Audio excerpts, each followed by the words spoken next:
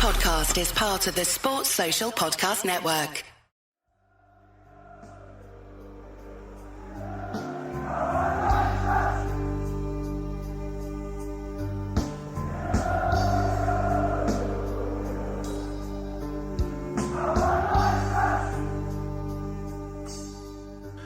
Good afternoon, dear listeners. Welcome to the favourite Achtung show, the voicemail reaction show, reacting, of course, to Saturday's 3-2 home loss to Watford.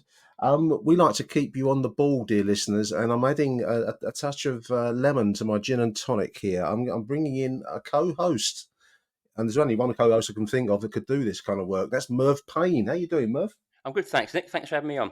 No, great to have you, mate. We're going to do the voicemail show. Yep. We've got a few to get through. I'll tell you what we'll do, Merv. We'll kick us off immediately. And I think probably we're all going to have very similar themes and thoughts and takes on Saturday, which was a disappointment. Yeah. But I'll kick us off with Angelo. It was always good value. And we'll discuss Angelo after his message. So here we go. Angelo, take it away, mate. Hi, Nick. It's Angelo, mate. Welcome back to football. Hope you've been well. I've been listening to all your podcasts, mate. All great. I love that little tune you got now. The No One Likes Us. It's like sung differently. Big fan of that, mate. I don't know where you got that from, but it sounds really, really good. So Nick, obviously a lot to talk about, but I'll try and be as quick as I can. Emotional tribute at the beginning of the game. Class from the Watford fans to bring out that banner. Really, really classy. It did actually bring a tear to my eye today, you know. So I was just hoping we could win for him. When we got it equalised, I thought it was actually going to happen, you know. But yeah, just a quick thing on the game. Bad start from our goalkeeper. Can't be beaten from a corner when you're 6'5", and I do blame him for the second goal because I'm directly in line with that goal, and the free kick is not in the corner, mate. It's a good foot and a half inside the goal. So a 6'5" goalkeeper can't let a free kick go in the goal when it's not even in the corner. So it's quite easily repairable. So I'm not going to panic. Yeah, he needs to work on his positioning. Number one on the corners, and number two on the free kicks, mate. So I thought his kicking was all right, but yeah, he's going to be very, very disappointed tonight for sure. And hopefully Andy Marshall can see what I saw and just work on his position. The first half system that we played doesn't work, mate. I class it as a 4-2-3-1, and that's Bradshaw trying to feed off scraps. Doesn't work, mate. When in the second half, when we brought on the subs and we did go 4-4-2, and we brought Imaku on and Langstaff, that's when the game really, really changed, mate. And we were creating chances, and I enjoyed it, and it brought the crowd into the game. And when we got the equaliser, mate, I'm thinking, you know, we're going to go on and win this. And then apparently the second goal was a lucky deflection, and allegedly the guy's offside. But I'm at the other end of the ground, so I can't really comment on it. But yeah, it's really weird. I'm actually quite positive if we can continue the 4-4-2 system, mate. Hopefully he doesn't go back to playing Bradshaw on his own, who I felt sorry for, I really did. But yeah, Imaku was so dangerous when he come on. He just instills fear into the opposition defence. The guy has to start every week. I believe he assisted the first goal as well. So that was a real big positive. Saville fucking put some mileage in today. He was running around to the 99th minute. But yeah, listen, I'm disappointed with the result, but I'm not disappointed once we made the changes and we looked a threat. So onwards and upwards. Let's just hope that Neil Harris learns from his mistake today. In that system has to go. That first half system has to go, in my opinion. But anyway, Nick, hope you're well, mate. Hope they clean the bird shit up for you as well, mate. And I look forward to you updating us on that. And I look forward to listening to your podcast, mate. Come on, you Lions. Listeners, they did clean the bird shit off my seat. Merv, there's a new regime. There's a new sheriff in town, and he knows how to clean bird shit, if nothing else, on Saturday, mate. Well, at least you were better off than some. I can't remember whereabouts it was, but I saw someone turned up for their seat. They got a season ticket. They turned up, and there was no seat there. The actual seats themselves were missing. There was 2 seats missing. And I don't know what they did, but he said he spoke to a steward. He said they'll try and sort some out for next week. But I can't remember where it was now. Yeah, I can't remember where it was. Modern football don't want fans, legacy fans. I think it was in League 2 somewhere, but yeah, I thought that was quite Gillingham. I think Gillingham, which is, yeah. You know, I'd pay not to go to Gillingham. But anyway, there we are. Big thank you, Angelo, for that great message. Good points there, definitely. Yeah. Yeah, and I don't know how you saw Saturday, Merv, but I'm very much in agreement with everything Angelo said. I mean, the free kick, I suppose, the second goal, we'll talk about. But do you think the Sarkic tribute overwhelmed everyone a little bit, Merv? I was going to say, I think similarly to last year when we had Bristol City at home, and obviously it was the big tribute to John Berylson. I think obviously, you know, no one does those sorts of occasions better than Millwall. And we did them both proud. But I think also it does sort of maybe take something out of the players emotionally before they've even started, because certainly at half time, I think I just had the feeling that the team was underprepared for the start of the season. You know what I mean? And I think the game itself, and I agree with Angelo, the second half was more encouraging when he made changes. The game itself, and you summed it up perfectly post-match on Saturday, it was like a whole season of Millwall rolled into one. You know, you had the cock-ups, you had the bad luck, you had the iffy refereeing decisions. I think, you know, we could have had a penalty, but the ref played the advantage. We didn't bloody score. We hit the post. We hit the post twice. You know, everything rolled into one. And I think you look forward to the start of the season so much, and that just makes it even more gutting when you actually do that. But, I mean, it's only that I did do a little bit of research, to be honest, before I come on. I know not everyone's a fan of stats, but that's only the second time in 10 years we've lost the first match of the season, which isn't bad going. 8 of those are championship seasons. The last time we lost the first match was the first season back when we lost at Forest on the Friday night, if you remember that one.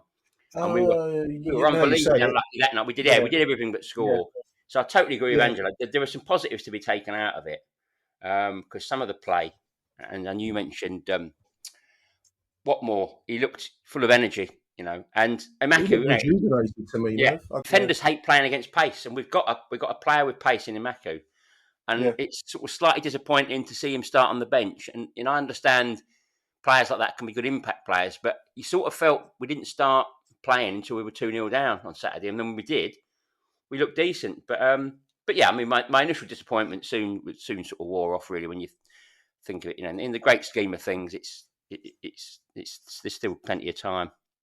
I think there were. I mean, it's nice to hear the positivity of Angelo, because when I got home on Saturday, it was about early afternoon, wasn't it? When time we were leaving, I must admit I had the ump a little bit, and I thought, what a poor start to the season. Trying to think of ways to phrase it when we're doing the show. As the weekend and Monday's gone along, I've mellowed a little bit, and a little bit like Angelo said there in the immediate aftermath, he got there quicker than I did. The positivity of the 4-4-2. I mean, I think if we can, when we attacked in that second half via the pace of Imaku, but also the hard running of Watmore and the work of Saville and one or two others, Bradshaw didn't look as lonely up front, and we did look quite dangerous. So I think there's some comfort to be taken from that. Neil Harris keeps talking in his interviews post-match, Merv, about having to shore up the front line. I do think we need a Steve Morrison or someone like it up front, don't we? Yeah, there's no doubt about that. We do need someone. I mean, if Harris is going to use these sort of tactics, then it needs someone who's going to be able to hold the ball up or go sort of toe to toe some of these big centre halves of the other teams. Because you do feel really sorry for Bradshaw, and I think a good point Angelo made was the fans feed off the football that we play as well. You know, so when it's aimless and you can see, Bradshaw not getting any change out of these big defenders, it's frustrating, and that soon seeps into the crowd. But in the second half, especially when we went 2-2. I mean, obviously we let them go down the other end and make it 3-2. But even then, even in the 10 minutes of injury time, there was, because we were playing that way. Yeah. And We I were in understand, close. yeah, from the commentary on the Sky Sports Plus, apparently they picked up on something that the fans were telling them to just get it forward quick. Whereas Harris was encouraging them to sort of play it through the channels and get it down and move it about. So that's encouraging, especially from the point of view of someone like getting Essie playing regularly and people like that. And if we do manage to make some signings in what's left of the transfer window, Harris is talking about creative players. That's encouraging as well. But that's probably Yeah. No, I don't want to. I don't want to slaughter Jensen anymore. I think he's probably. He can see the same things we've all seen, and he's a good goalkeeper. He was player of the season at Lincoln, Merv. So he's going to watch the YouTube clips like we all have, and I'm sure the club have a replay system and analyse every single thing he didn't do right. And of course, it's the loneliness of the goalkeeper, isn't it? Definitely, I mean, it's really to be beaten straight from a corner is never good. It's hard to sort of excuse that one. The free kick people are going to be divided with the free kick, because it was a well struck free kick, but you still look at it over and over and think he perhaps could have got something on it. And I think the whole defence as a unit for the third were just caught napping, to be honest. Which Elfie don't have bad luck in there, Merv, though, because definitely, absolutely, you got to weigh that in as well. Saville made a tackle, and as I said the other day, it turned into a perfectly flighted cross, which is like chance in a million. Yeah. Straight into the path of of the striker, and whether Jensen should have done better from that situation, I'm sure he'll be talking about nothing else on the Calmont Road today. Yeah, so, I suppose it didn't help that the Southampton friendly the week before. I think people who were there said he was at fault for that goal as well. And what we don't want is for it to start building up into like a. It'll play on his mind. Definitely, yeah. He needs to just shake it off and get a couple of clean sheets under his belt, and hopefully he'll be okay. But there's no point sort of getting too panicky really after one sort of bad game. But or do what Preston have done. Yes, I was going to mention that. Yeah. Well, there's Ryan that's 6 defeats on the bounce now, isn't it? Going back to last season as well. I suppose there must be a storyline. I think it was 5 defeats without scoring at the end of last season. So talk of players arguing amongst themselves. So something's obviously wrong there. Which, if we're going to have a struggling season, it's going to be a hard season either way. But teams like Preston and that are obviously having it tough as well. And then you've got Plymouth, which is quite comical. I think all the while Wayne Rooney's managing a team in this division, you think you'd be okay for at least one place. There's only one team finishing below. Yeah, stays long enough for us to visit. Yeah. So I just got hope we play Plymouth before they sack him. That's the only thing I was thinking. Let's have a listen now to John Rankin. Big thank you to Angelo. Let's have a listen to John Rankin. The next message up.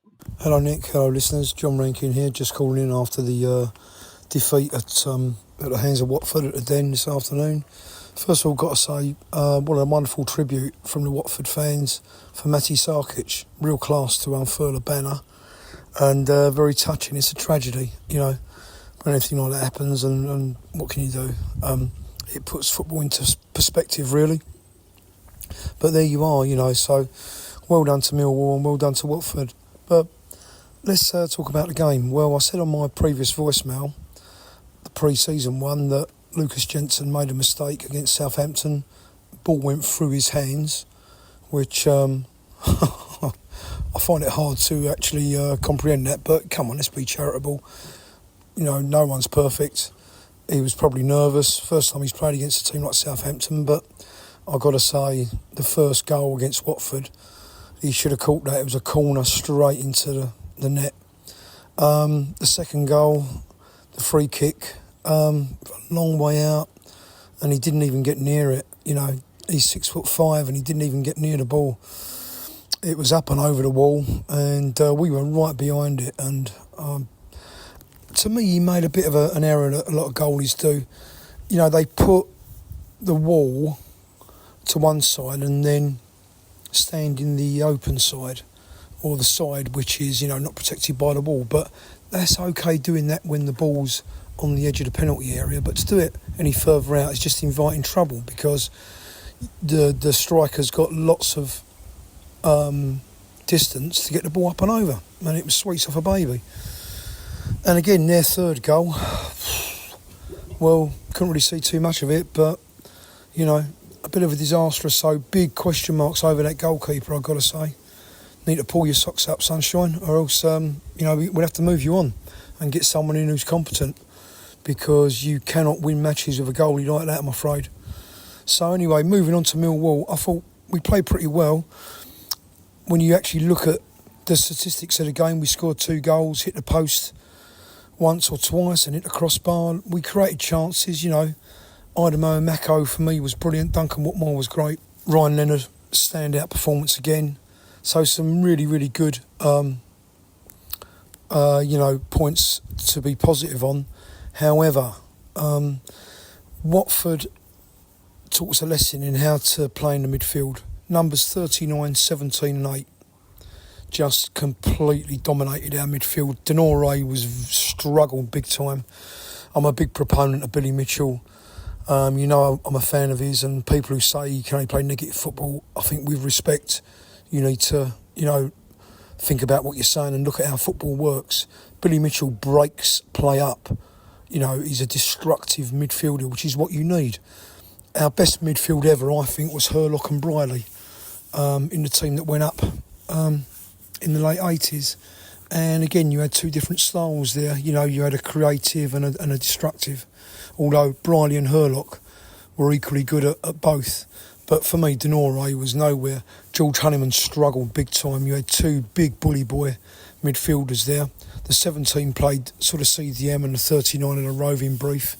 And they took the piss in the midfield. And that's what sort of cost us, really, because when Watford broke, they just walked through us in the middle of the park.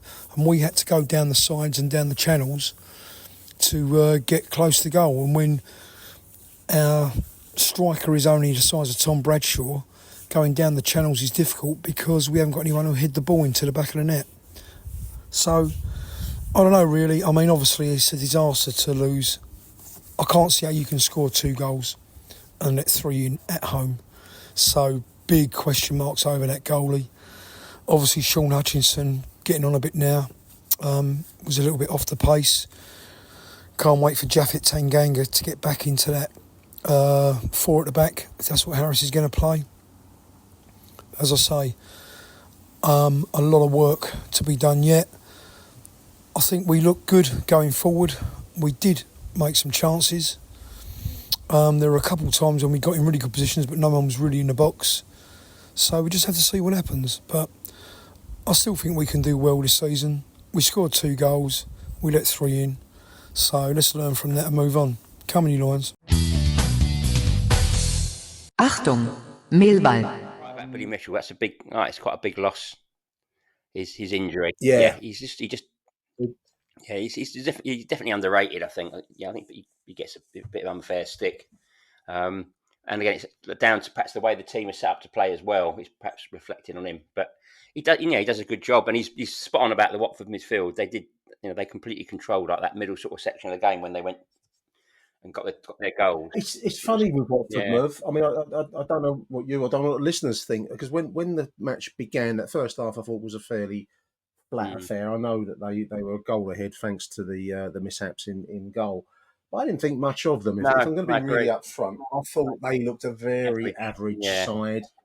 But where I do agree with John there is that it was an object lesson in not getting downhearted, at not playing very well and keeping at it.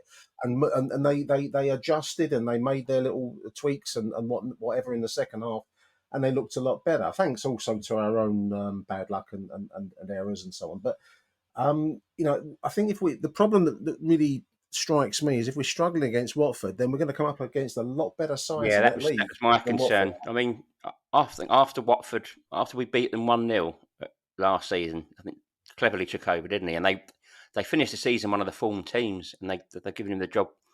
So I think they'll be okay, but they certainly won't be the best team we've played. And we've got next 3 games the rest of this month: Bristol City away, or in the league, obviously, not counting Pompey in the cup.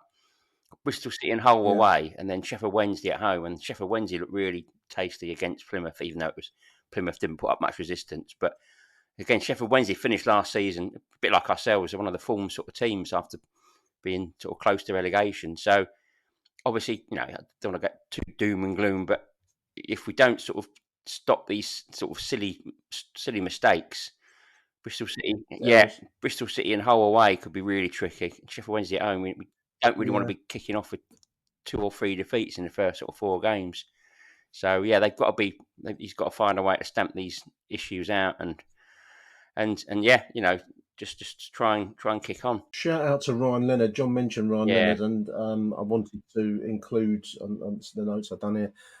He was battered and bruised by what way to living, Merv. Bandaged and took another whack in the face straight afterwards. What a brave man Ryan Leonard is to carry on. He didn't want to come off. I gathered that he didn't want to come off, but yeah, let's just hope he's okay for Saturday.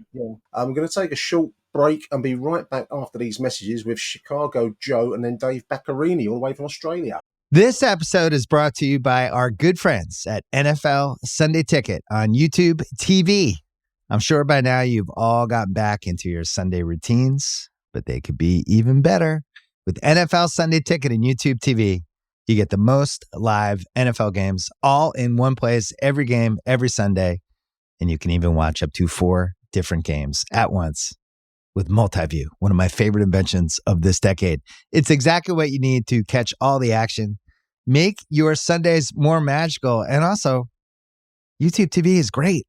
I got it this year. It's awesome. Sign up now at youtube.com/BS. Device and content restrictions apply. Local and national games on YouTube TV. NFL Sunday Ticket for out-of-market games excludes digital-only games. Achtung, Millwall. Joe from Chicago here. Hope you've had a lovely summer. Congrats on the new gig. What a day, right? You get up before the sun rises, excited as all hell to have a new Millwall season, touching tribute to Matty Sarkic, and you give up a freaking Olympico. New goalie gives up an Olympico. The one thing you can't have happen. I understand if it's like Messi or a world-class striker, but some dude on a crappy Watford team that people think is going to get relegated. So what a start. I guess wasting a Duncan Watmore brace is bananas and then giving up that goal at the end. I mean, this team, it's going to be an interesting season. I was ready to compliment Joe Bryan on his performance all day, and then he hit that final free kick into the wall like an idiot. Like, that guy, his hair tells you all you need to know about him. He looks like a moron. So, yippee, another season. What a stupid way to start it. Hope y'all are well. Cheers. Well, it's poetry from Joe. We're going to play Dave now. Nick, Aussie Dave here. Here we are, another year on an emotional roller coaster, balanced on a high wire over a snake pit. Somehow we seem to enjoy it. Anyway, 5 quick observations from the Watford game. 1, Imaku must play. This is not 2020 hindsight. Many supporters were saying this before the first game, and he proved it when he came on. He must start. Number 2, Watmore, we were probably all happy when he came to the club, but, we felt he was a bit like just head down and run into brick walls. But I think we saw today that he needs to play on the right. By that, he got down the line, put it over, and he just seemed more comfortable in that position. Number 3, we always hate to pick on players in the first week, but the poor old goalkeeper made a couple of serious errors, direct from a corner, 30-metre free kick, nowhere near it. He did similar mistakes against Southampton, and you can see Bomber in the post-match interview was fairly livid with his performance, and clearly I expect the other goalkeeper to come in. I know it's only one game, but there's too many signs already.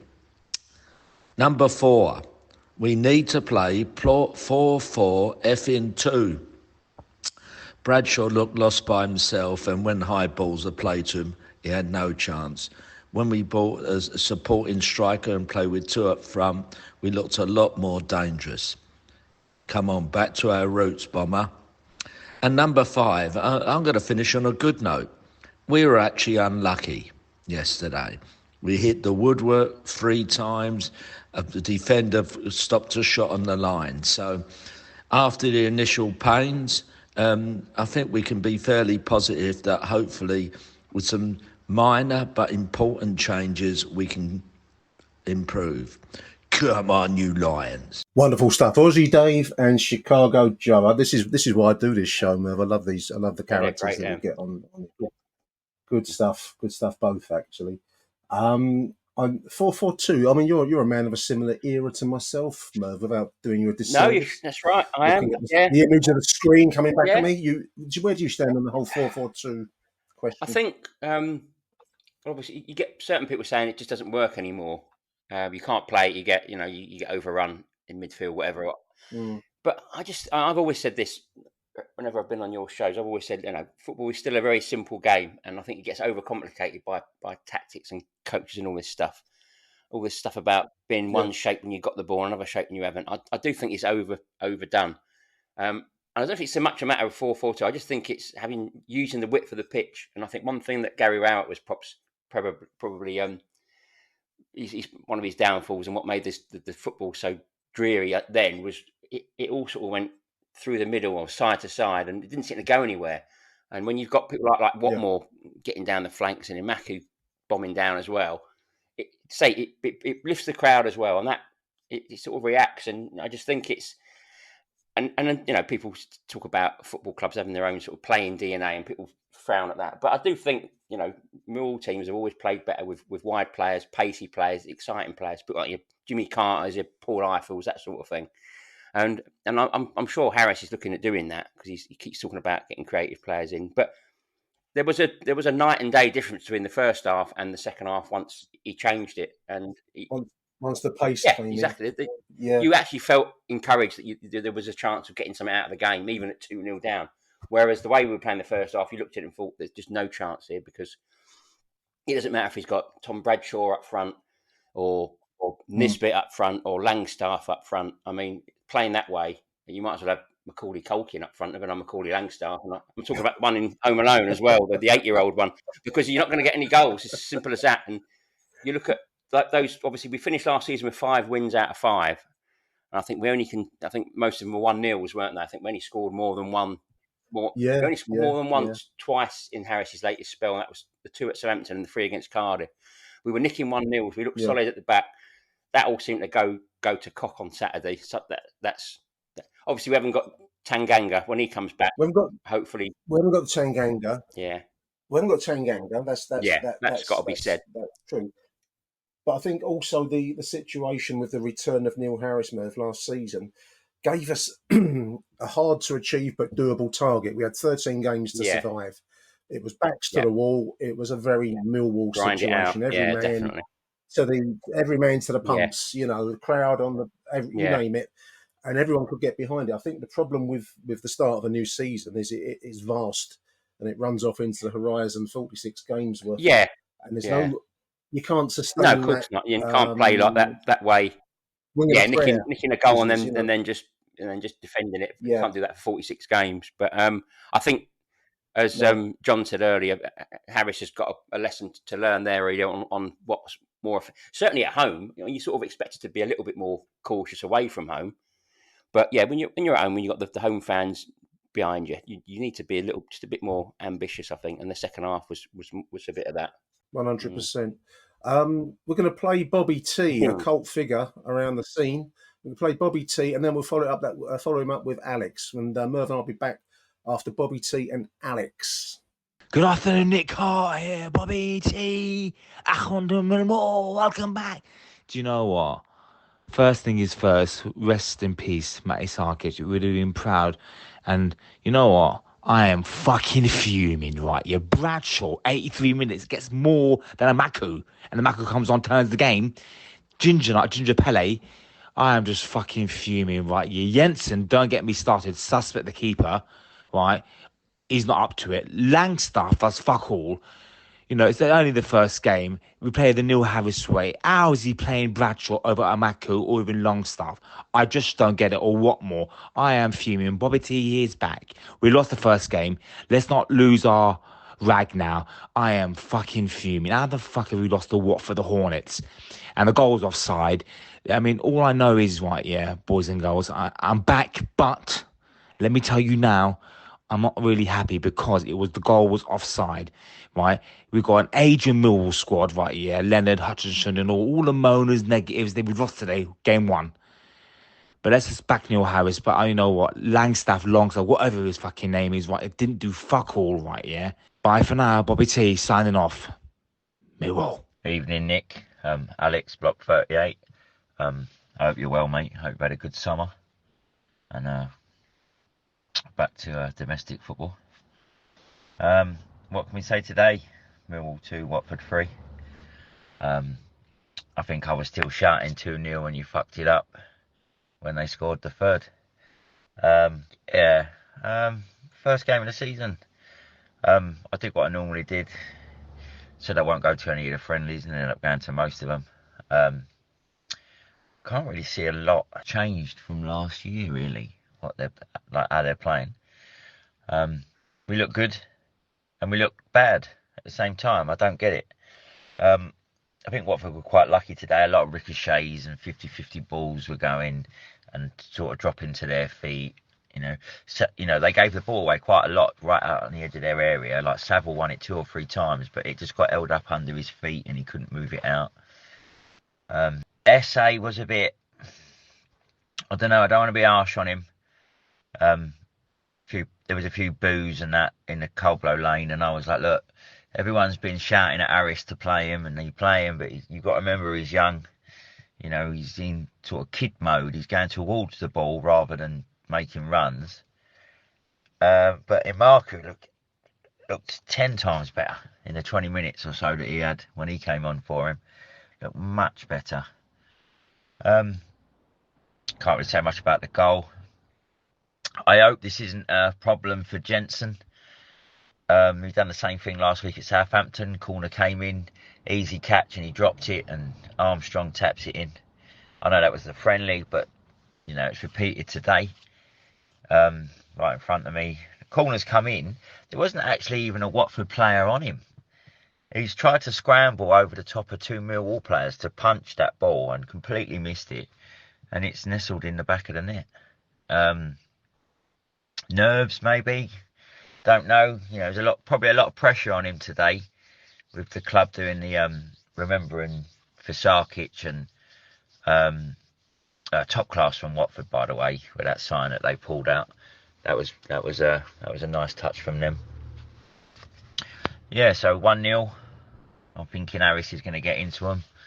Maybe change it at half time. Give it 60 minutes. I did think that we'd go 4-4-2 around the 60th minute mark. I was hoping he'd bring Longstaff on and maybe Imarku for SA.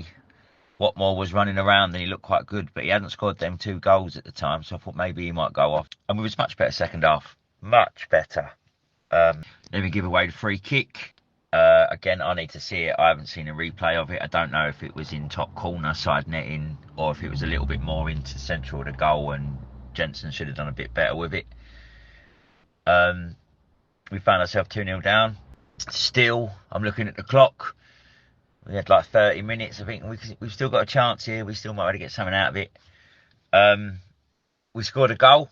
Sort of came out of nowhere. I don't know what was wrong. I was waiting for a flag, looking around thinking, oh, we've scored. We get the goal. And then we pressed for a good 10 minutes. And then we started making silly, not mistakes, but, passes were going astray, people. But they battled hard. And then we got to 2-2. And it was like, right, I'll take that. We've rescued a point. First game of the season, we can see what maybe needs improving, what doesn't. But we got to 2-2, and I thought, right, yep, I'll take that, happy. From 2-0 down, I'll take the draw. And I think literally everyone sort of got over the goal and sort of settled back into their seats. And somehow Watford have got a free header at the back post, and we're 3-2 down again. I rather would have lost 2-0, really.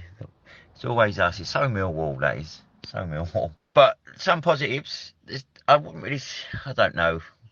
We could give them time. I just a few people were saying, oh, he can't catch and he's done it before. But I haven't actually looked at the stats. But I do believe that Jensen got a few clean sheets last year, so maybe first game debut, bit nerves. But they look all right. I think maybe with some transfers, there's a lot of rumours going round. I'm not too sure. I'd like to see Wallace back.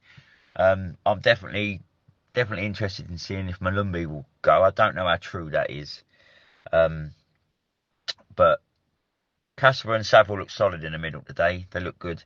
Hanneman was running his arse off for a bit. I do think that we have stronger attacking options when we're 4-4-2. I think Langstaff needs a bit of fitness, and I don't think he's match fit. But with Watmore and Imaku or Esse like running, I think we look a lot more stronger 4-4-2. Portsmouth on Tuesday. We'll see what happens there. Some of the boys were saying that they might he should play that Roberts because it's the Carabao Cup. See, he might do, he might not. He might try and build his Jensen's confidence up because he's probably feeling it a bit. But no, it was we look good. I'm not overly disappointed with the result. We showed a lot of spirit and character to come back from 2-0 to get it to 2-2. They weren't better than us. They were lucky. They weren't better than us today. Millwall we done quite well. I'm looking forward to this season. See what can happen. See how we get on. Yeah. Quick shout out though. I'm going to plug any Millwall veterans or anyone listening to this podcast that is a military veteran. Millwall have got a football team, Millwall Veterans. We play on a Thursday night at the Lions Centre at 6:00, and then we play a game on a Saturday before home games against the teams that we're playing. If anyone is interested, any military veterans out there listening, come down to the Lions Centre next to the ground on a Thursday night at 5:30 for 6:00 start. And yeah, it's just a bit of football, a chat, clear your head, whatever. And we'll see what happens next week. I'm not going Portsmouth. I'll be at City, so we'll see what happens. But come on, you Lions! Big thank you, Alex, and before him, the inimitable Bobby T. Nice shout for the veterans football side. That sounds good. Very welcome. 5:30. Alex said at the Lions Centre on a Thursday night. So if you're ex-military, fancy a game, do get along. Some interesting points in there. We haven't mentioned Roman Esse at all. No. Disappointing game for the boy. I mean, I think there's a slight danger with Roman that everyone keeps saying he's not being played in his position, and at a certain point you wonder what position is going to suit him. So there's a tendency for him to kind of drift out to the wing slightly. He looked very ineffective and surrounded by yellow shirts on Saturday.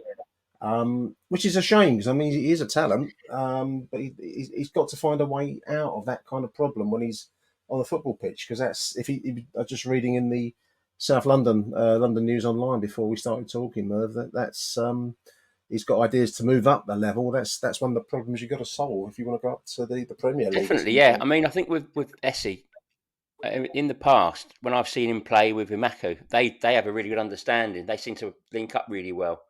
And they were both regulars last season's pre-season, and they look really good. And then obviously this time last year, we just won the first game of the season 1-0 at Borough, and those two linked up then for that. And I think that's perhaps what Harris has got to look at, maybe at seeing what other players he can play that bring the best out of Esse as well. But I actually don't know his best position myself, to be honest. It is a tricky one. It is, because there are little spells when he wants the ball, which is good, and he makes some good runs, but he tends to sometimes go down a few blind alleys or lose it a bit cheaply. I just think, Alex made a good point about the crowd maybe starting to get on his back a little bit as well, which obviously can't really. Well, that'll be disruptive. Yeah, that will be same with Jensen. I think with Jensen, hopefully the best thing for him is that the next 3 matches are all away. So if he's going to build some confidence, then that's hopefully the time to do it. Is if by the time he's back at the Den, he's kept 2 or 3 clean sheets, hopefully, or at least a couple. Yeah. That's going to help. And if he puts a good performance in, then football fans have got short memories; it'll all be forgotten. But at the moment, not only is he be reminded of the rickets he dropped on Saturday, he's been reminded of the one he did against Southampton as well, which isn't going to help him. Yeah. He's going to be under so much sort of personal pressure now to sort of not do it again tomorrow night at Pompey. That's the worry. But I don't think it'd be worth putting this other guy in. I think he's got to persevere with Jensen. I think it's a touch early to be dropping him if that's the right way. I mean, I know you probably play a different side, although I think Harris said in one of his interviews that the side that takes the field at Fratton Park tomorrow won't be terribly different to the one that took the field on Saturday, just because numbers are. We've got injury crisis already, haven't we? I think we've got several players out injured, which is crazy. It's the middle of August. We play one game and we're in the midst of an injury crisis again. It's like Alex said, it's so very Millwall. That should be a club motto. I do think once Tanganga's back, I think that will help Jensen as well, because over the past couple of years we've had various keepers and we've perhaps made a few mistakes or come in for criticism. But I do think it's part of the overall defence of the team as well. Can make a goalkeeper's job harder and perhaps make him a bit more open to sort of mistakes. So I do think hopefully Tanganga coming back will steady things a bit. But yeah, interesting. If the rumours about Jed Wallace and Jay Malumbi. Yeah, I was going to mention Jed and Jason Malumbi. Rumours, so we don't know how strong they are, Merv. But would you take Jed back? Would you want Malumbi? I agree with a lot of people. Said he's too similar to what we've already got. He's a sort of a defensive central midfielder player. When we need someone who's got a bit more flair and a bit more creative, definitely, someone who's going to provide some chances, but I think apparently Wallace is injured until September, and as someone said, we'd have to pay. We'll snap him. We'll snap him up. Yeah, he'll complement the treatment table. But someone said it'd be ironic that we have to pay a fee for him. It'd be ironic that we go and spend money on him when we gave him away to West Brom in the first place. Malumbi started. That's so very. Malumbi started for West Brom and they won 3-1 at QPR, so it sounds like he's back in favour. And elsewhere, you got Longman at Hull, and their manager's now gone on record saying he wants to keep him. He wants to, he was a star performer in pre-season apparently, but he's currently carrying an injury apparently as well. So these to cap it all off, all the while we're on the subject of ex-players coming back or whatever, Brooke Norton-Cuffy, I think he's off to Genoa. I think they've agreed £2 million quid. Yeah, he's gone there. So that's another one that's not going to happen. But I don't think Harris played him much, did he? I don't think perhaps he fitted into Harris wanted to play either. But no, it was your archetypal flair player, really. I know he was officially a defender, wasn't he? He was much happier with the ball going forwards. I liked him. Yeah, it was another body in defence. I mean, Harris has said he's happy with what he's got defensive wise, but I can't see how he can be if we're numbers down on last season. That seems to me that's a bit of a worrying statement because say we've got Norton Cuffy's not here anymore. We've got injuries. Wallace is injured, and I don't think he's up to Championship stand anyway. Harding seems to be out of favour, so we've got a weaker defence in what's going to be a stronger division. It's stronger every year. Everyone who comes down strengthens. The teams with the parachute payment strengthen. The other teams have got money to spend anyway. So that's a bit worrying. That was my only main grumble from the last few weeks is that. But then you have to ask, maybe are the purse strings being tightened a bit? I mean, we've not spent that much in this window. I think we're not spending any money down at Brands Hatch on a modern day, training centre. So that seems to have hit the skids. Yeah. So I do wonder, whether that's a very good point. I mean, like this time last year, I think we spent, and you never get it confirmed, but I think Nisbet was roughly 2 million. I think Denori wasn't far off that. And yet we've spent 700. So we've been spending. We've spent 700k on Langstaff and about reportedly 400 on Jensen. I think that's about it. So, is there and don't forget that state of the art bag drop facility now. You can't take your briefcase into the den. That doesn't come for nothing, listeners. Let's cheer ourselves up with a short advertising break, and then Merv and I'll be back after these messages. Achtung, Millwall. Okay, welcome back, dear listeners. We're going to close out the show now.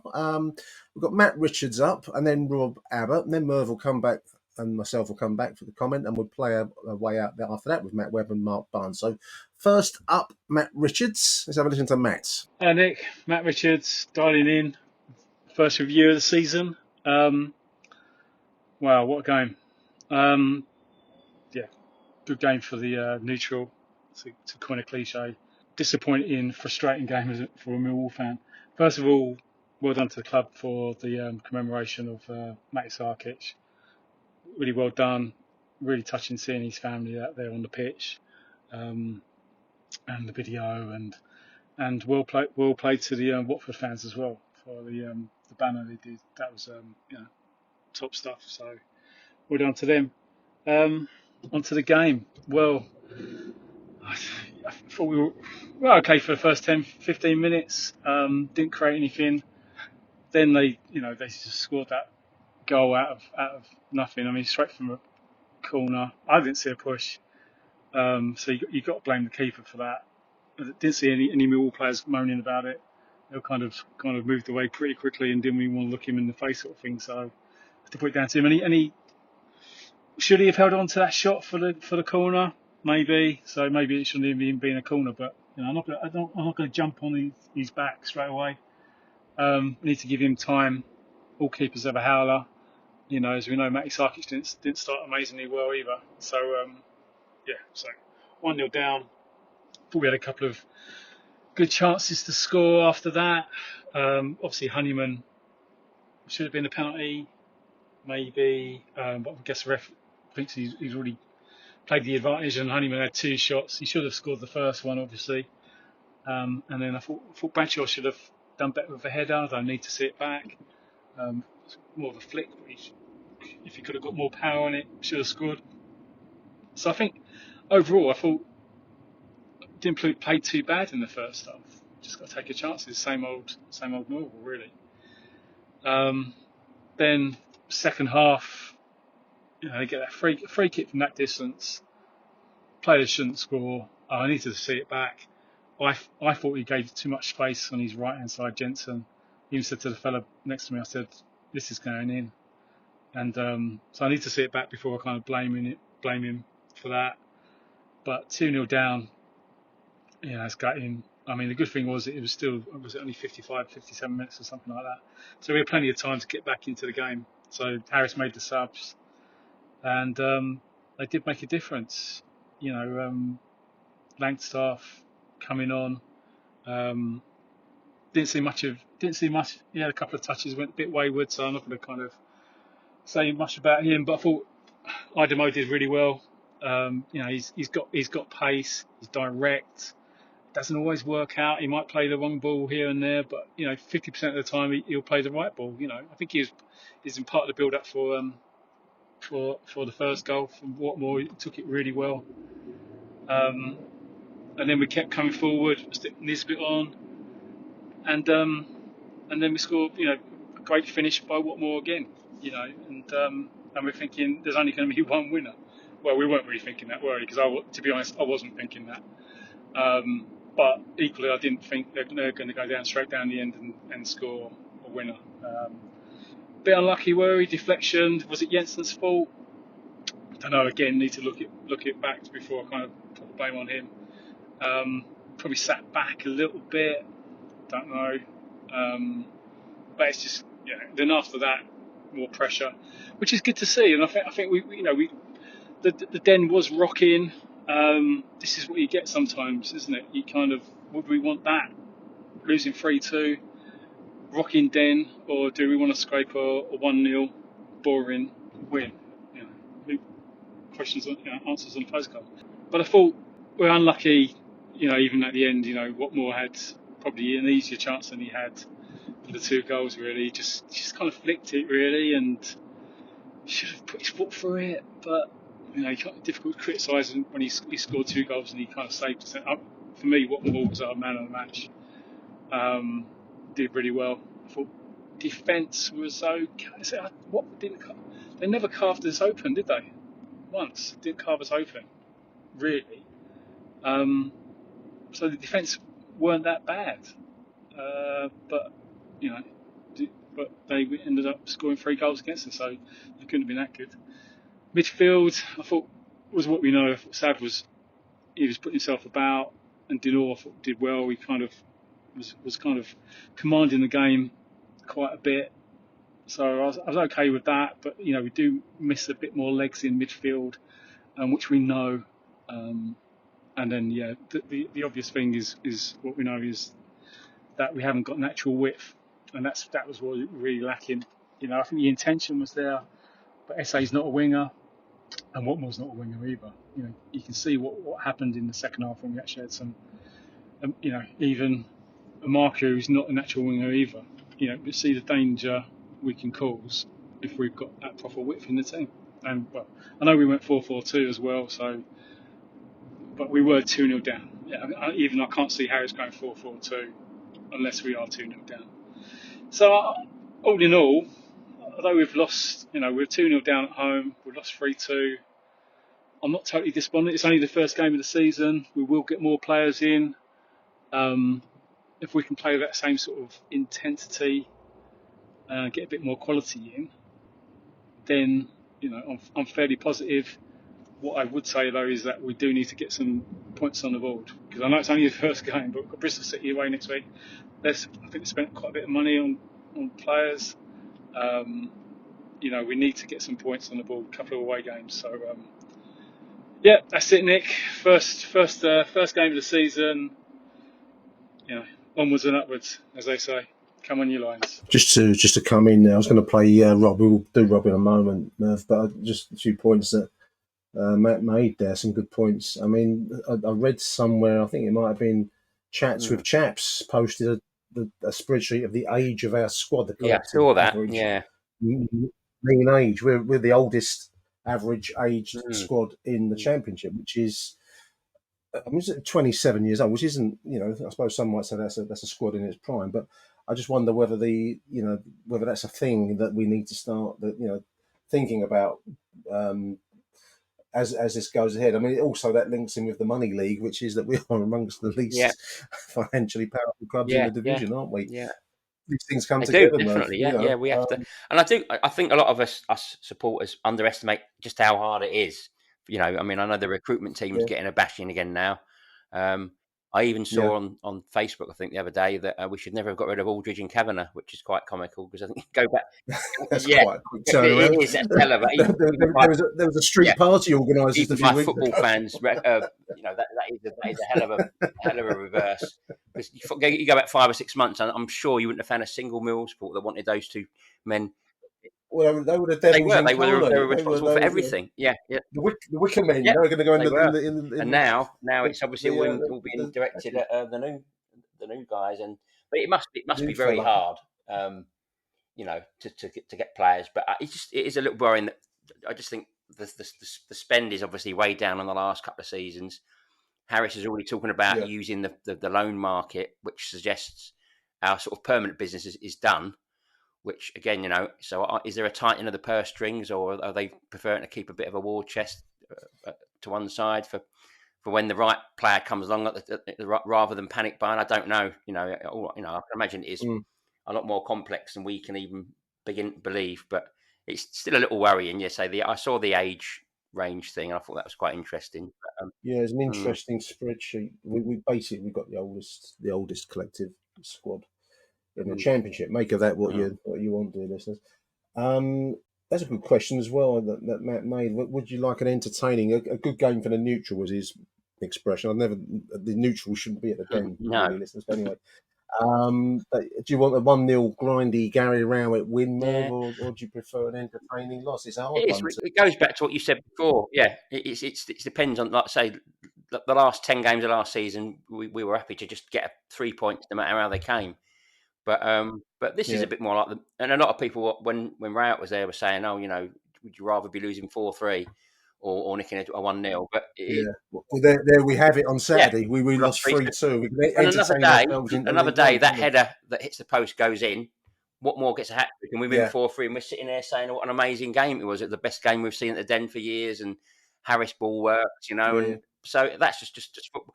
I don't know what the situation with the penalty was as well. When we hit the post, the referee allowed the game to go on, it looked like a pretty clear Yeah, penalty. I actually sit at that end, and when he went over, I thought, well, there's a yeah, and then, penalty. But again, of course, the chance fell and I think to Honeyman was asking the referee why didn't, or no, sorry, Watmore was asking why he didn't give it. I think I can't tell for certain, but I think the referee was explaining that he played the advantage. But I'm sure, I mean, I'm not totally up with the laws of the game, but I'm sure there's a case for bringing it back once the attack's broken down. Well, if you don't, and saying, well, that's a penalty, yeah, you know, the offence has been committed. I don't think Watford have gained anything, or Millwall have gained anything from the advantage. So, no. but yeah, again, another day it gets given and we score, and the result's different. So, I'd rather be in a situation like that than one where you don't know where the next sort of attack's coming from, or it's just nothing. They're not creating anything. You just can't see how they're going to score goals. We do seem to have goals in this, which is encouraging. So, yeah, it's just a matter of cutting out. And we look dangerous going forwards, which, as you say, is a positive. Isn't it?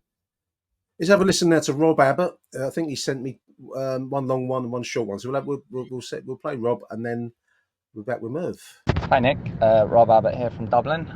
First off, I hope you and your fellow hosts, regular guests, had a great summer and are looking forward to the season ahead. So yeah, yesterday had 4 cracking days in England, visiting family and friends. Only slightly ruined by Millwall not getting anything from that game against Watford. But look, I think there was loads of positives there, more than the negatives. Let's just start the starting team. There was no surprises there. It was the team that started in the last pre-season friendly against Southampton. It's quite clear from listening to Neil Harris, he's a bit frustrated, and he knows we need 3 or 4 more in, because we are currently a weaker squad than what we had last year, in my opinion, and what we finished on. So we definitely need players in, and hopefully in the next few weeks we will see that. But yeah, no surprise with the starting 11. Well, that first half, I said to my dad at half time, it's a bit like watching Gareth Southgate's England in the summer there. I was quite bored, to be fair. And the other observation I made at half time, and I put on my Twitter, is that the Watford number 8, the Georgian, was by far the best player on the pitch. He was an absolute standout player. But look, let's look at that first half there. It was quite slow, wasn't it? One thing I would look at is, I think it was 10 or 12 minutes in, we got a free kick in exactly the same position where their guys put it into the top corner. Joe Bryan on his left foot could curl that. I reckon the first game in the season, he's got to back himself to have a shot there. Look, if it's on target, they have to deal with it, but we went with the usual. We'll try and get it to Cooper's head, who committed the foul. Instead of trying to test their goalkeeper early, then obviously poor Lucas in goal. Probably the most nervous man there in the whole of yesterday.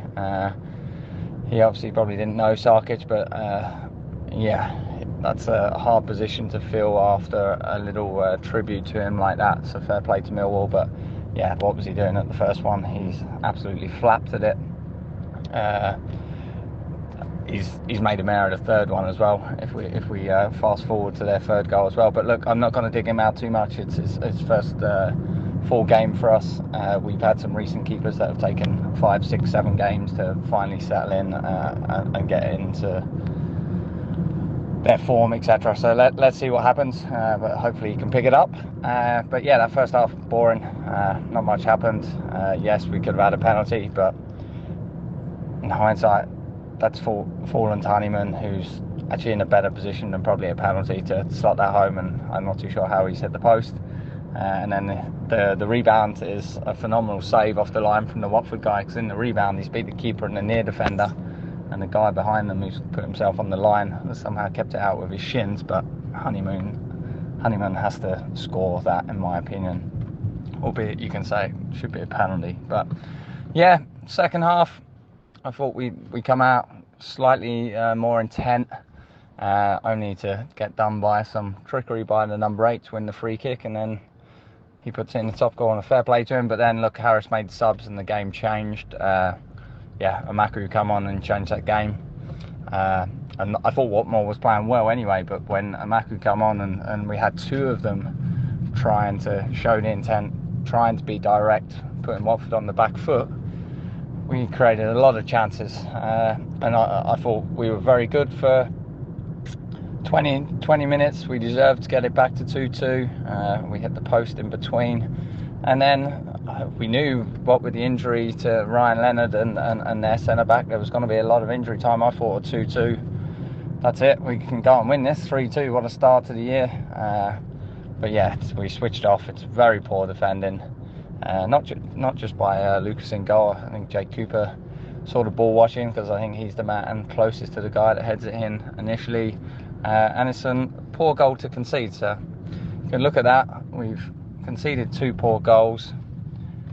We've conceded a worldy free kick, and we've come away and lost that game 3-2. I can't remember the last time we let in 3 at home under Harris, but yeah, it is what it is. Loads of positives, onwards and upwards to Bristol City away, but we definitely need bodies in.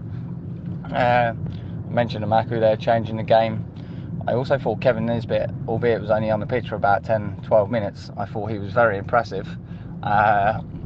More work rate than I've seen from him before. He actually got the ball for the second goal. He won that ball back, and he looked all right. So yeah, will he get a starting position instead of Bradshaw, or will Langstaff get a starting position? Like I said, I wasn't surprised with that starting team, but I would have thought bringing Langstaff in with his record the last 5 years, just in football, he knows where the goal is. Give him some confidence by starting him in the Championship, seeing what he can do. Because I think Bradshaw's been a good servant to us. We know he will run his socks off, but yeah, I think it's time for him not to become our main striker. But I've jumped back and forth there a lot, but loads of positives. Onward to the next one, and hope all is well, and chat with you soon. Forgot to add there, looking forward to some Bobby T ramblings this year, if he is still around the scene. Hopefully he is, and yeah, hopefully he can provide some entertainment. Big thank you, Rob. Yeah, well, we've had Bobby T already. He's back, as he said himself. Some interesting points in there, Merv. I mean, I think the nerves of Lucas, I mean, we've touched on it a few times. I don't want to flog that. But I was also struck by Nisbet, who, when we saw him, we didn't see much of him last season, but he looked a bit like the kids on the old Bisto packets, the adverts, the little skinny kids smelling the aroma. He seems to have done a lot of work in the gym. He looked a lot more solid, and he looked like a physical specimen up front. So I'm hoping that's a new attitude and a new direction for him, because a little bit we saw of him, he looked all right. Yeah, I mean, he looked pretty sharp, and he's certainly a man with a point to prove after last season, which obviously didn't go very well for various reasons. He had his bad luck with injuries, and then when he did come back, obviously he finished the season under a bit of a cloud.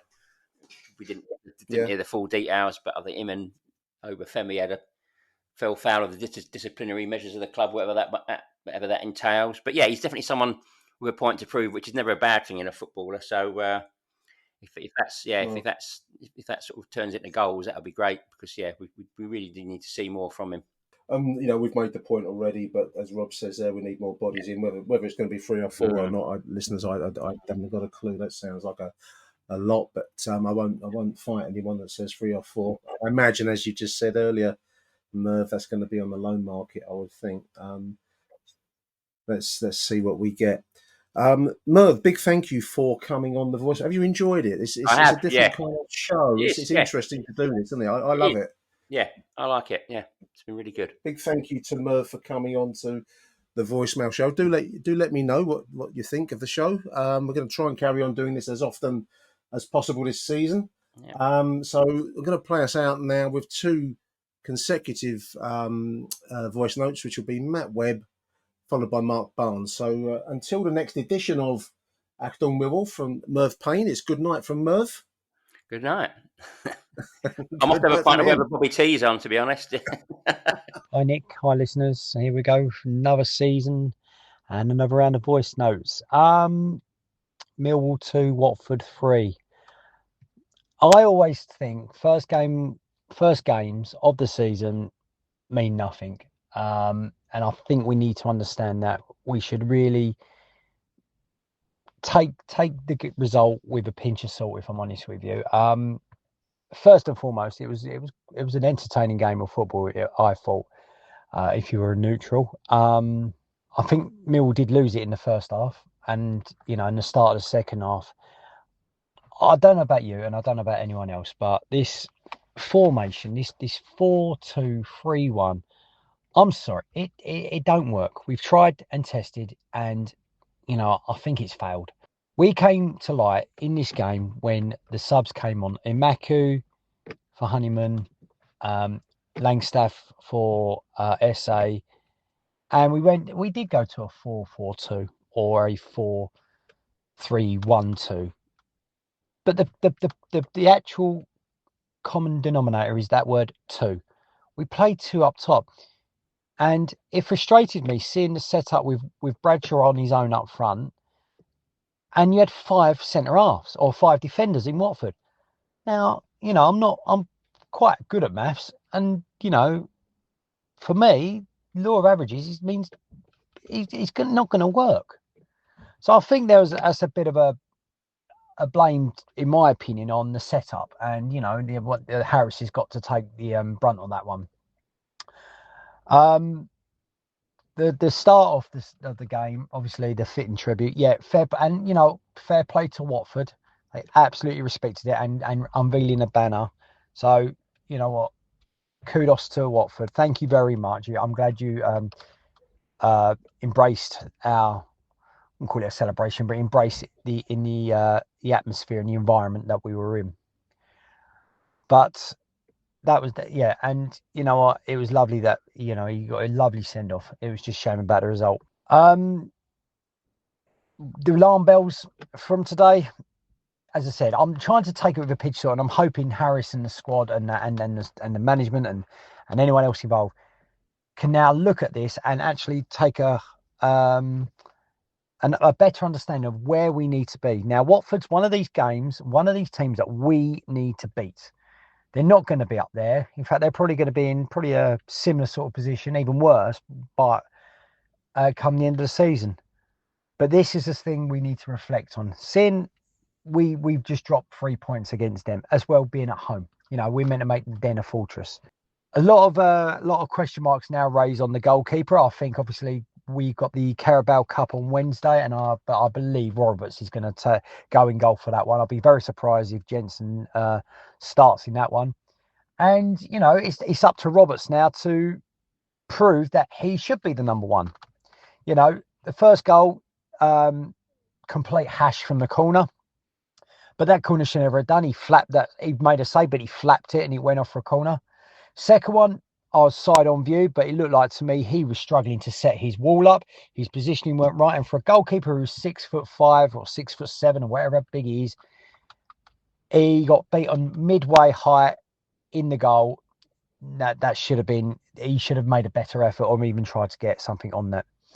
The third goal, listen, people say it was offside. It was stonewall offside. I don't care. Don't need VAR to work that one out. The linesmen weren't up to speed.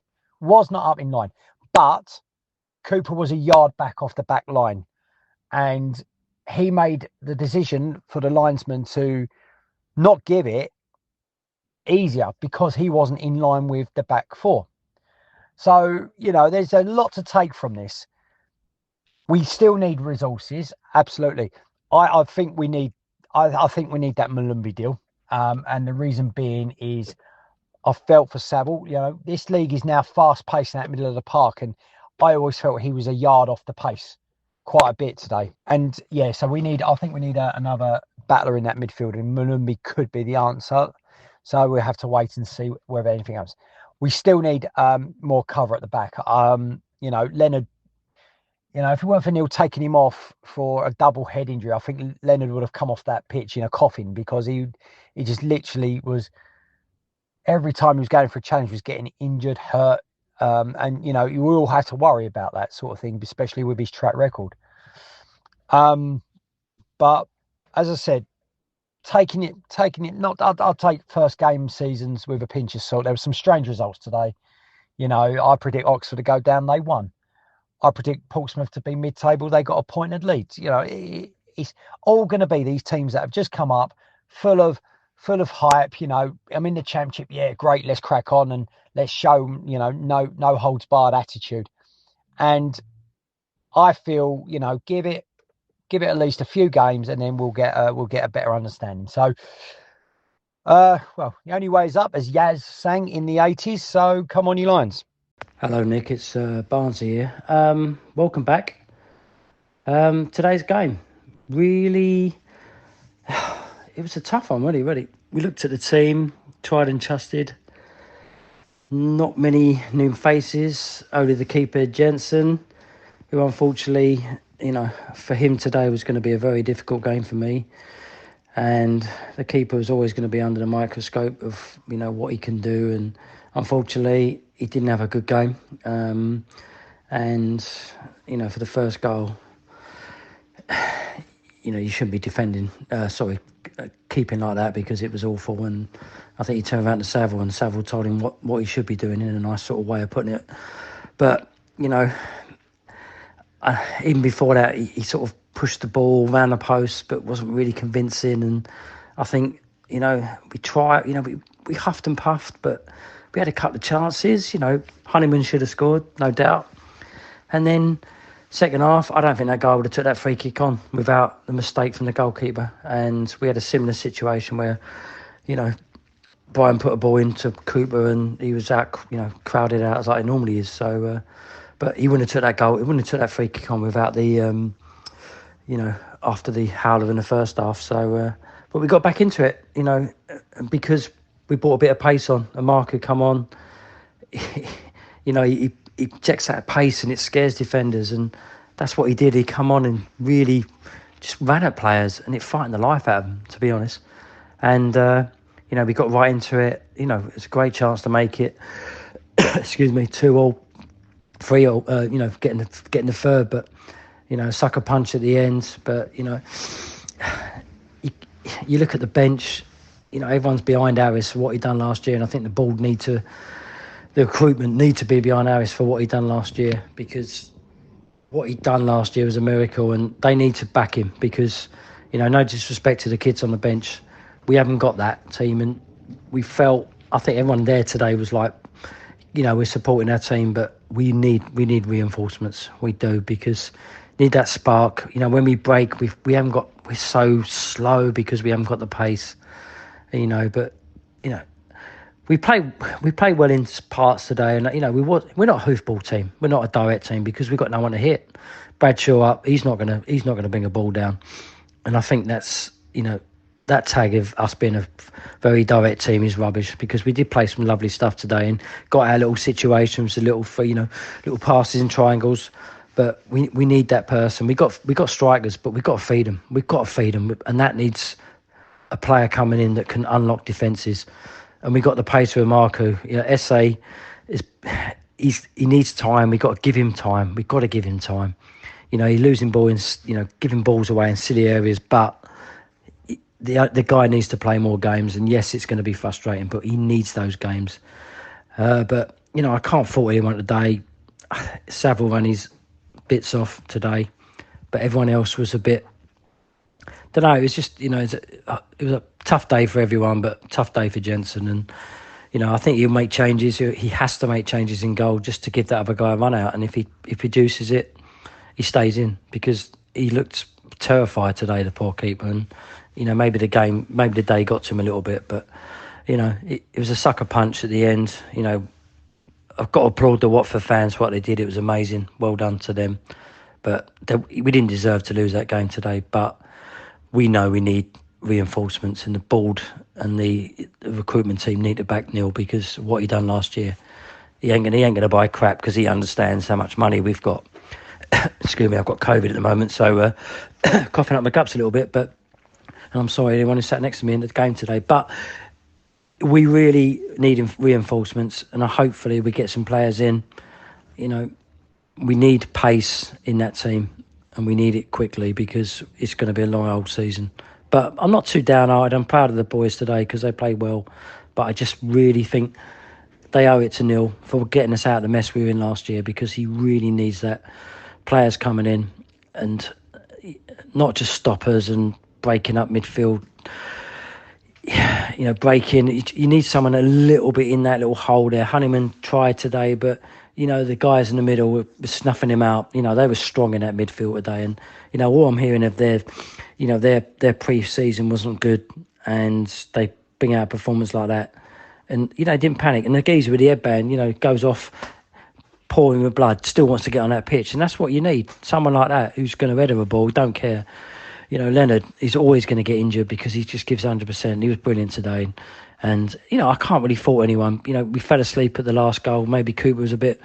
But he took a nick off, I think, Denor, and it went into that area. And unfortunately, that's what happens. But, I'm not too disappointed, but I am in a way. But I'm more upset for Neil because he needs reinforcements, and we know that. And, we back Neil because of what he done last year, and he's come in and saved our team. And, we have got injuries, but we've got good forwards now, and we need to feed them. And unfortunately, we're not going to cut open teams with splitting defensive balls because we haven't got anyone in that. And Denor and Saville are too similar. But everyone gave it everything today, and well done to the crowd. And there's a great send-off for our lovely keeper. All right, mate, take care.